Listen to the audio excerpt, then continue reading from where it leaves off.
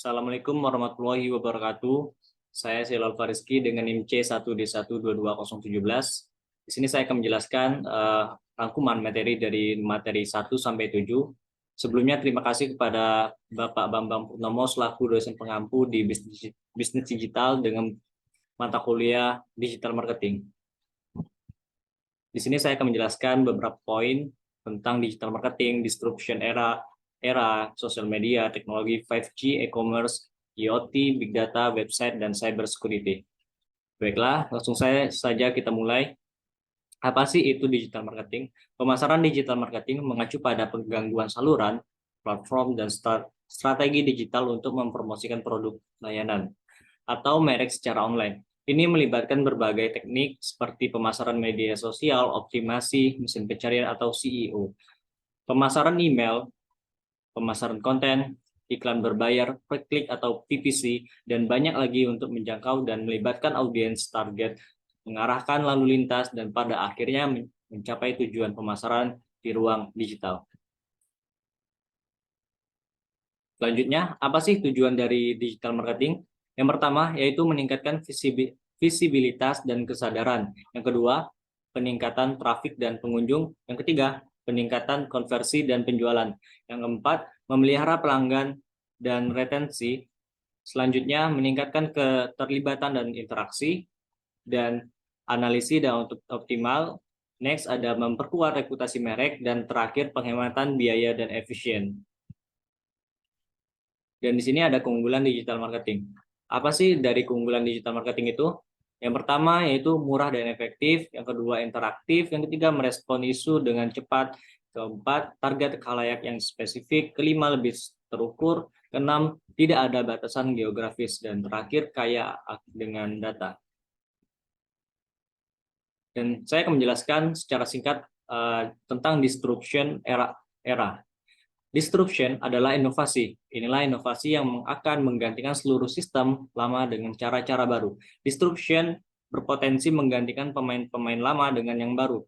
Disruption menggantikan teknologi lama yang serba fisik dengan teknologi digital yang menghasilkan sesuatu yang benar-benar baru dan lebih efisien, juga lebih bermanfaat.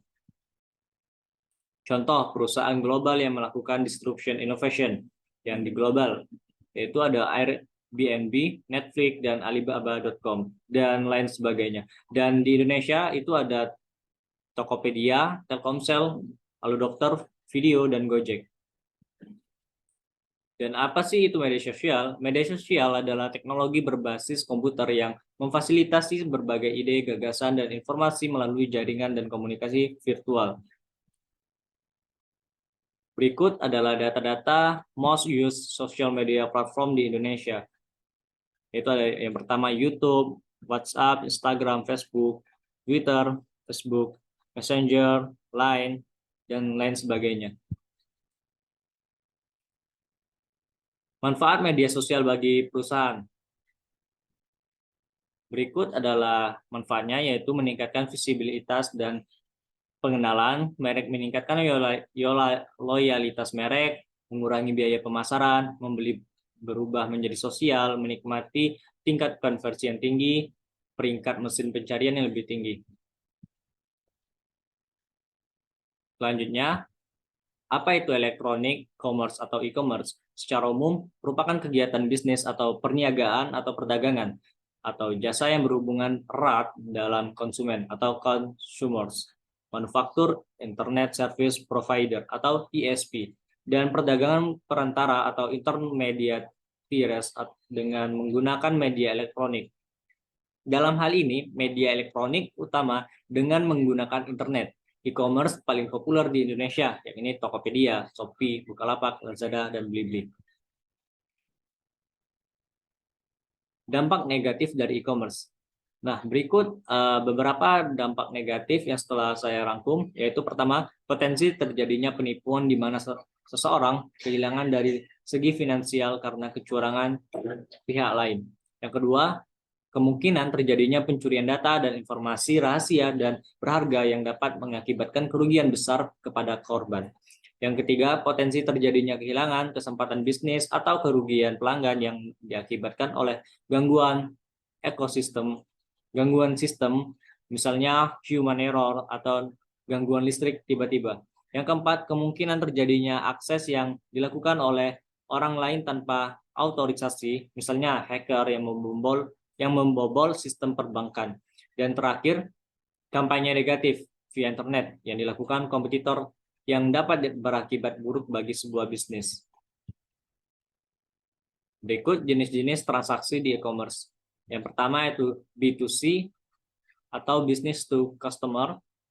Yang kedua B2B atau business to business. Yang ketiga C2C atau customer to customer. Yang keempat C2B atau customer to business. Dan terakhir C2B.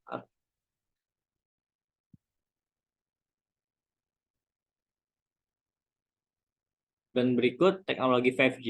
Apa sih itu teknologi 5G? 5G adalah jaringan seluler generasi kelima. Ini adalah standar nirkabel global baru setelah 1G, 2G, 3G, dan jaringan 4G. 5G memungkinkan jenis jaringan baru yang dirancang untuk menghubungkan hampir semua orang dan segalanya bersama-sama termasuk mesin, objek, dan perangkat. Internet of Things atau IoT. IoT didefinisikan sebagai sebuah penemuan yang mampu menyelesaikan permasalahan yang ada melalui penggabungan teknologi dan dampak sosial. Sementara itu, jika ditinjau dari standarisasi secara teknik, IoT dapat digambarkan dengan infrastruktur global untuk memenuhi kebutuhan informasi masyarakat. Memungkinkan layanan canggih dengan interaksi koneksi baik secara fisik dan virtual berdasarkan pada yang telah ada dan berkembang informasi serta teknologi komunikasi atau ICT. Selanjutnya Big Data. Apa sih itu Big Data? Big Data adalah sebuah istilah umum yang mengacu pada teknologi dan teknik untuk memproses dan menganalisa sekumpulan data yang memiliki jumlah yang sangat besar, baik yang struktur, semi-struktur, dan tidak struktur. Website. Website yaitu sebuah kumpulan halaman yang di dalamnya terdapat berbagai macam informasi teks, data, gambar, ataupun video yang bersifat dinamis maupun statis.